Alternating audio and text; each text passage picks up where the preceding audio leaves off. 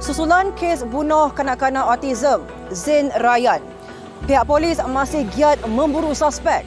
Setakat ini, sebanyak 228 sampel DNA penduduk sekitar telah pun diambil, manakala pasukan forensik telah menjalankan pemeriksaan kedua di kediaman keluarga mangsa pada Ahad lalu.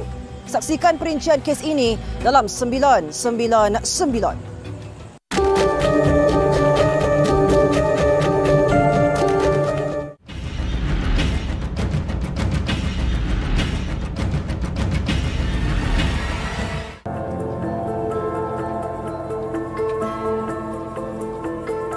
Berita kehilangan kanak-kanak autism Zain Rayyan Abdul Matin yang berusia 6 tahun pada minggu lalu telah diklasifikasikan sebagai kes bunuh sejurus bedah siasat dijalankan.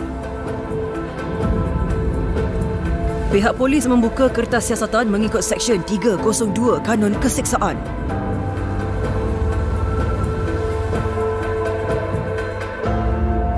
Pertama kali benda ni jadi macam ni lah.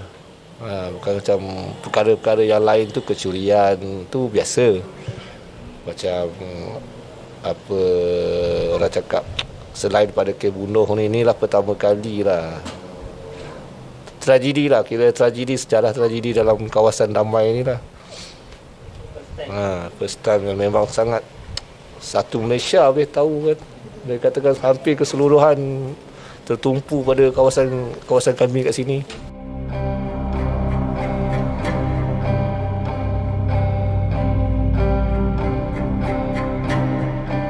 Walaupun beberapa kali rondaan telah dilakukan di kawasan yang sama, namun mayat mangsa hanya ditemui pada rondaan ketiga oleh penduduk yang terlibat dalam misi mencari dan menyelamat di kawasan sungai 200 meter berhampiran dengan kediamannya. Walaupun hujan, dia tak naik sampai situ.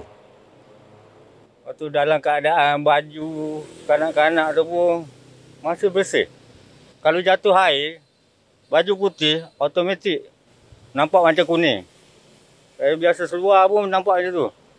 Tu warna lain. Kalau warna putih lagi jelas. Lagi satu, kasut pun tak ada. Kalau ikutkan laporan, berpakaian lengkap. Kasut semua ada. Tapi masa pertemuan kasut tak ada.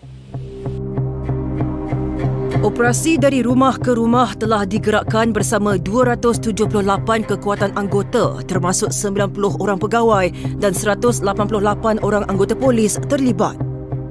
Pemeriksaan melibatkan 2,484 unit rumah di Apartmen Idaman dijalankan bagi memperincikan siasatan berkenaan suspek.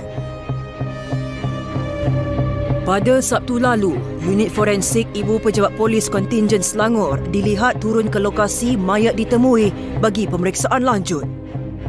Saringan DNA beramai-ramai atau mass DNA screening juga telah dijalankan di blok kediaman mangsa yang melibatkan 228 penduduk bagi membantu siasatan.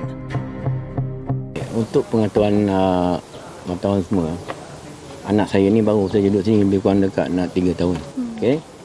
Dia punya rutin hariannya pergi kerja, balik kerja, hanya jiran depan rumah saja yang kenal dia. Yang lain dia tak tahu. Jadi apa related dengan ada perbuatan dendam ke tak, saya pun tak kenal sini. Ahad lalu, ibu bapa mangsa Ismanira Abdul Manaf dan Zaim Ikhwan dilihat pulang ke rumah diiringi unit forensik.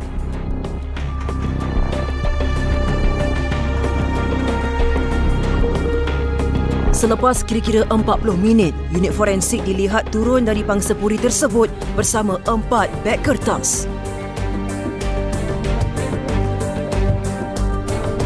Beberapa ekor anjing pengesan jenis German Shepherd daripada unit anjing pengesan K9 Bukit Aman turut dibawa ke lokasi bagi mengesan bukti-bukti baru berkenaan suspek yang membunuh Zain Rayyan Abdul Matin.